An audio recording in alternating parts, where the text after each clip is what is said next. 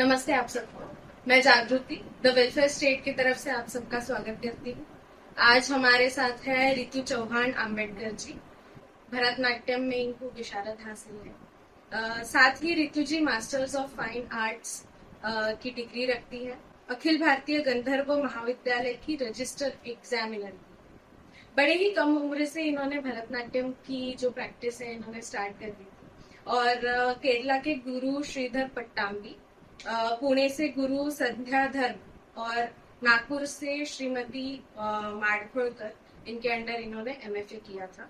रितु जी ने इनके dance shows में बैले, नाटक और डांस ड्रामा जैसे प्रकार भी शामिल किए हैं। ये कोरियोग्राफर और टीचर भी है और दृष्टि डांस एकेडमी की संस्थापक है। पिछले 20 सालों से ज्यादा से नृत्य ये सिखा रही है। गीता पदियार जी के साथ इनकी अभी प्रैक्टिस शुरू है, तो हम इनसे बात करेंगे आज और इनसे जानेंगे कि इनकी अब तक का सफर कैसे रहा। नमस्ते रितु जी। नमस्कार रितु जी, हम आपसे जानना चाहेंगे कि क्लासिकल डांस या भरतनाट्यम एक जो बहुत ही प्रतिष्ठित कला हम समझते हैं और आप इस कला से बचपन से जुड़ी हुई, तो इतने सालों का जो आपका ये सफर रहा, वो आप हमें थोड़ा एक संक्षिप्त में बताएंगे। फर्स्ट ऑफ ऑल मैं आपको धन्यवाद देना चाहूंगी कि आप मुझे साक्षात्कार के लिए आपने मुझे चुना। बहुत बहुत धन्यवाद। और मैं तीसरी कक्षा में थी तब से मैंने शुरू किया था सीखना, और किसी कारणवश वो डिसकंटिन्यू रहा। उसके बाद खोज चलती रही कि मुझे भरतनाट्यम सीखना ही है। तो वो खोज खत्म हुई 93-94 में, जब मुझे श्रीधर पट्टाम्बी सर का ये शिक्षक होने का सौभाग्य मिला। तब से फिर वो शिक्षा आरंभ हुई। और आज इस 94 से जो शुरुआत की है, आज 2024 है। 22 साल हो गए मेरे दृष्टि डांस एकेडमी को, और मैं अपनी गुरु की पहली ऐसी शिक्षा होगी जिसने आगे चलकर इसमें प्रशिक्षण देना शुरू किया, एकेडमी स्थापन की। और आज हमारे एनुअल शोज होते हैं। जब मेरा विशारद हुआ था 2000 में, उसके बाद मेरे गुरु जी ने मुझे कहा कि भाई तुम अभी क्लास लेना शुरू कर सकते हो, आप सिखा सकते हो। तब मैंने जस्ट घर से ही शुरुआत की थी। और मेरी जो पहली शिष्या थी, वो फर्स्ट एग्जाम में उसने डिस्टिंक्शन में पास किया था। और मुंबई के फेमस गुरु सुमित्रा राजगुरु मैम आए थे उनके एग्जाम लेने। तो मैं समझती हूँ कि वो मेरा एक पहला टेस्ट था। मैंने शिक्षा को किस तरह से तैयार किया, और उन्होंने उसे अच्छे मार्क्स से उत्तीर्ण किया था। तो वहां से वो जो जर्नी शुरू हुआ, तो नागपुर में श्री डांस एकेडमी की पहली ब्रांच शुरू हुई। उसके बाद सावनेर में हमने 10-12 साल मैंने सावनेर में ब्रांच चलाई थी। सावनेर में भी हमारे बहुत सारे शोज हुए गणपति सभागृह में। उसके बाद चंद्रपुर में भी मैंने 3-4 साल वहां पर भी ब्रांच अपने शुरू की थी। और उसके बाद मैंने स्कूल्स में भी काम किया है एज अ डांस टीचर। उसके बाद स्कूल से निवृत्ति लेकर मैंने पूरा अभी कॉन्सेंट्रेशन किया ऋषि डांस एकेडमी पर। और आज अपने यहाँ पर बहुत सारी शिक्षाएं सीख रही हैं, नृत्य में पारंगत हो रही है और आगे बढ़ रही है। तो आप जो डांस सिखाने लगी थी, इसका आइडिया आपको मतलब कैसे आया कि मुझे सिखाना चाहिए, आगे बढ़ना चाहिए, इस ट्रेनिंग को मुझे आगे लेकर चलना? जैसे आपने कहा कि बहुत सी महिलाएं छोड़ देती है डांस को, है ना?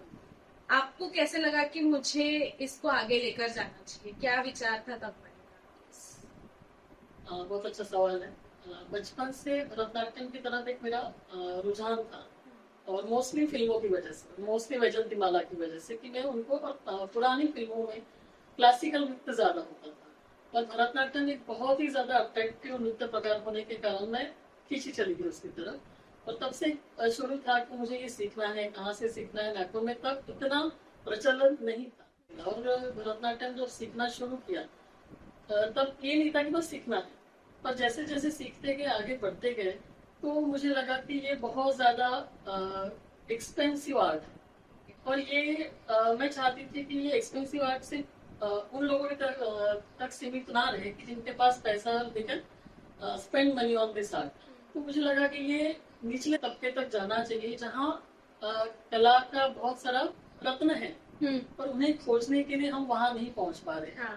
तो मैंने सोचा कि आगे चलकर इसको मैं प्रोफेशन अपनाती हूँ, तो मैं ऐसे कुछ बच्चों को सिखा सकूँ जो पैसों के अभाव से नहीं सीख पा रहे हैं।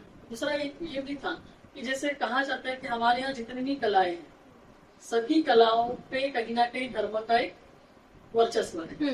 वो अपने धर्म की बात उससे कहते हैं। तो तब मैंने सोचा कि भाई क्यों ना इस कला का उपयोग मैं बुद्धिज्म के प्रचार प्रसार के लिए करूं, बच्चों को इससे नैतिक शिक्षा मिले। क्योंकि क्या है, बाकी माइथोलॉजिकल स्टोरीज करने में, दिखाने में बहुत अच्छा लगता है, पर अगर आप वास्तविकता जीवन से जुड़ी हुई कुछ स्टोरीज या जातक कथाएं हैं या बुद्धिज्म से रिलेटेड कोई तत्व है, जैसे कि पंचशील का तत्व है, अष्टांगिक मार्ग का तत्व है, अच्छी शिक्षाएं हैं, इनको अगर आप प्रेजेंट करते हो, जैसे हमारे महापुरुष है, सावित्री माई है, महात्मा फुले है, बाबा साहब है, रमाई है, जिजाबाई है, शिवाजी महाराज, अगर इनके बारे में अगर हम भरतनाट्यम से कुछ बता रहे हैं, कहा जाता है ना, जितना आप पढ़कर या भाषण से नहीं समझ में आता है, उतना जब आप विजुअल देखते हो, कुछ आप प्रेजेंट कर रहे हो स्टेज पे, तो लोगों को बहुत जल्दी अपील होता है, तो वो लोग उसे, उन लोगों के जहन में बैठ जाता है कि अच्छा ये ऐसा होता है। तो वही एक उद्देश्य था।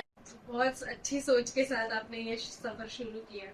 जैसे आपने बोला भी अभी कि एक विचार जो हम आगे बढ़ाना चाहते हैं वो इन फॉर्म्स के साथ, कोई मनोरंजन या कलात्मक फॉर्म्स के साथ ये ज्यादा अच्छी तरीके से लोगों तक हम पहुंचा पाते हैं। तो आपको कितने हद तक लगता है कि डांस के थ्रू हम ये कर पाते हैं? यस, आसान तो नहीं कहूंगी।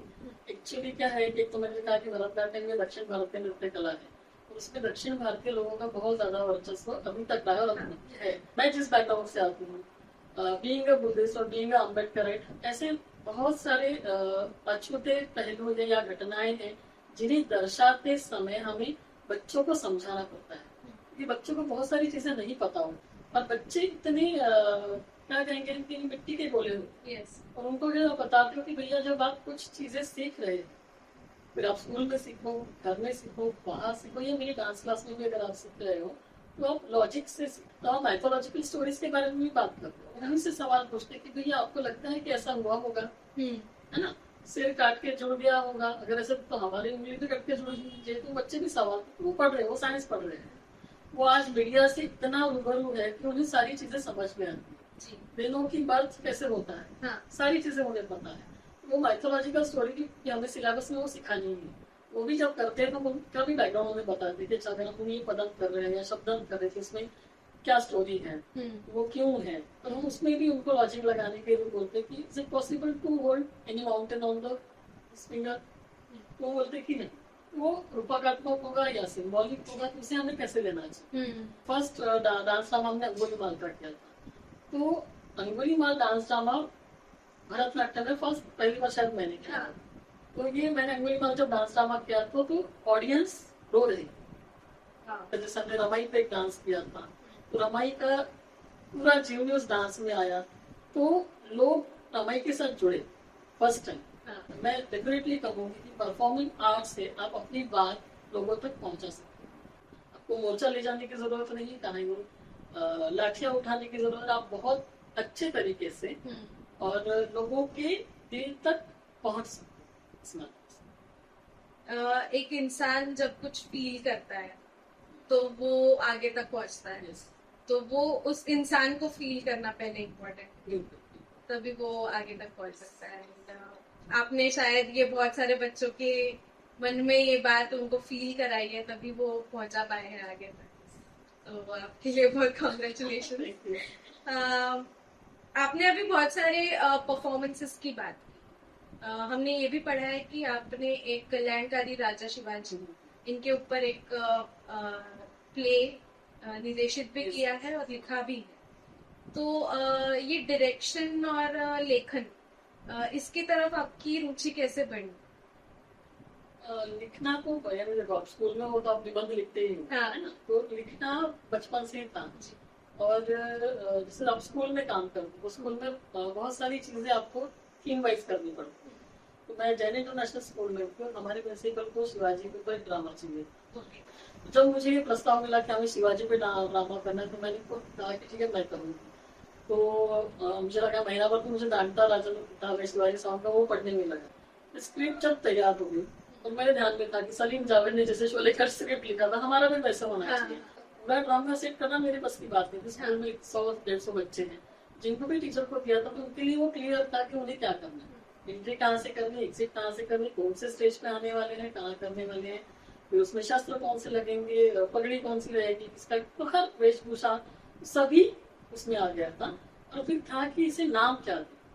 उसी वक्त उस दौरान हम लोग मुरलीधरन बिंदर हमारे साथ प्रसिद्ध साहित्य आभा सावंत के सर थे, और फिर उनसे बात की कि ऐसे ऐसे हमने ड्रामा लिखा तो नाम क्या देना चाहिए। उन्होंने कहा कि कल्याणकारी राजा। तो कल्याणकारी राजा करके हमने वो शो किया, और नितिन राउत उस समय हमारे गेस्ट थे स्कूल में, और बहुत से लोगों ने, पेरेंट्स ने कहा कि ये आपको वसंतराव देशपांडे हॉल में करना चाहिए। तो प्रिंसिपल भी बहुत खुश थे, मैं ज्यादा खुश थी कि बच्चों ने क्यों जिया, पूरा ड्रामा उन्होंने जिया, जो लड़कियां थी, जो जीजाबाई बनी, बहुत अच्छे से रहा। वो एक अच्छा अनुभव था, और मैं चाहती हूँ कि फिर से मैं ये ऐसे कहीं बड़े पैमाने पे करूँ। वो स्कूल में पॉसिबल है, बाहर आप इतने लोगों को नहीं जुटा सकते। और बचपन से और एक था कि मुझे सम्राट अशोक को भी ड्रामा तैयार करना है, डांस ड्रामा। देखिए वो कैसे आगे बढ़ता है। बहुत सारी महिलाएं होती है जिनके जीवन में कठिनाइयां है, और अपने हुनर को जारी रख पाना उनके लिए बहुत बार नहीं संभव हो पाता है। पर जिनके मन में कुछ है कि उनको कुछ करना है और उनके पास हुनर भी है कुछ कर दिखाने का, तो ऐसी महिलाओं के लिए आपका क्या मैसेज होगा कि वो किस तरीके से अपना हुनर जारी रखे, उसमें कुछ करते हैं? मैं तो कहूँगी महिलाओं के लिए कि बहुत बार ऐसा होता है ना, बचपन में कुछ इच्छा होती है, गाना है या ड्राइंग है और भी कोई चीज होती है, वो कर नहीं पाते, वो चाहते कि हमारे बच्चे वो करें, बच्चे भी नहीं करते तो उनके सारे सपने वैसे ही टूट जाते हैं। तो मैं उन महिलाओं के लिए कहना चाहूंगी, सीखने की कोई उम्र नहीं है। हमारे पास उदाहरण है बाबा साहब का कि वो सीखते ही रहे, है ना। तो हम कभी भी सीख सकते हैं, बशर्ते कि आपकी इच्छा शक्ति स्ट्रॉन्ग होनी चाहिए कि मुझे ये सीखना है, किसी भी हालत में सीखना, कैसे भी करके सीखना है। अगर हम तय कर लेते हैं कि इन 24 घंटों में से अगर मैं अपने लिए 1.5 घंटा निकाल सकूं, वो निकालना मुश्किल नहीं है। हमारे महापुरुषों ने घंटों तक काम किया है, उनका जो स्ट्रगल है, उनके सामने हमारा स्ट्रगल तो कुछ भी नहीं है, कुछ नहीं करना। उसके लिए अच्छा उदाहरण मेरी माँ है। बचपन में वो दूर कहीं तीसरे चौथे घर में रेडियो बज रहे, वो गाने सुन सुन के उसने गाने सीखे, ठीक है। फिर उसने पूना में जब हम लोग थे तो उन्होंने पंडित सुधाकर चौहान उनके कैंडल उसमें विशारद किया हारमोनियम में, गाना भी उनसे सीखा, और आज भी वो सीख रहे हैं।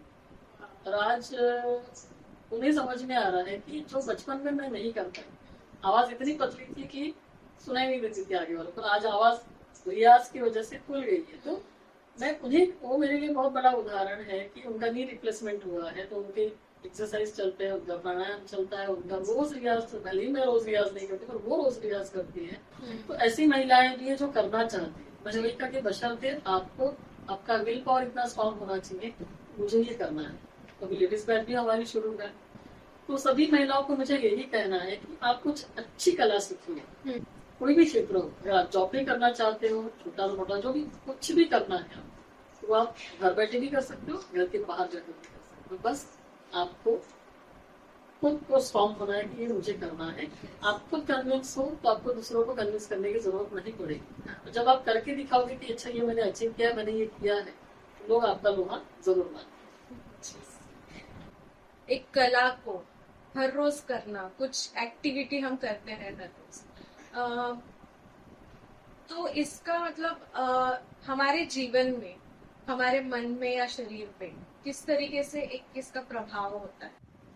भारतीय संस्कृति में देखा जाए तो सारी जितनी भी कलाएं हैं उसे साधना के तौर पे देखा जाता है। जब आप एक साधना करते हो, सबको पता है मेडिटेशन जब आप करते हो, मेडिटेशन हम क्यों करते हैं? तो अवेयर होने के लिए, जागरूक रहने के लिए, दूसरा कॉन्सेंट्रेशन भी, एकाग्र चित्त होने के लिए। तो कहीं ना कहीं कला भी आपको एकाग्र चित्त करती है, आपको कॉन्सेंट्रेट करती है, आपको अवेयर करती है।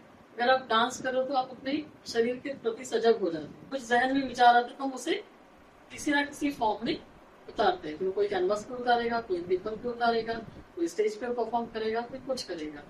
तो ये जब करते हैं तो अभिव्यक्ति हो रही है, ठीक है, मन की बातें बाहर आ रही है, ठीक है। तो कहा जाता है कि डांस इज अ थेरेपी। बिल्कुल सर से लेकर पांव तक आपको वो थेरेपी दे रहे हैं। और कहीं ना कहीं जो मन शांति ढूंढने बाहर निकलते हैं ना लोग, तो बाहर ढूंढने की जरूरत ही नहीं है, सब अपने भीतर है।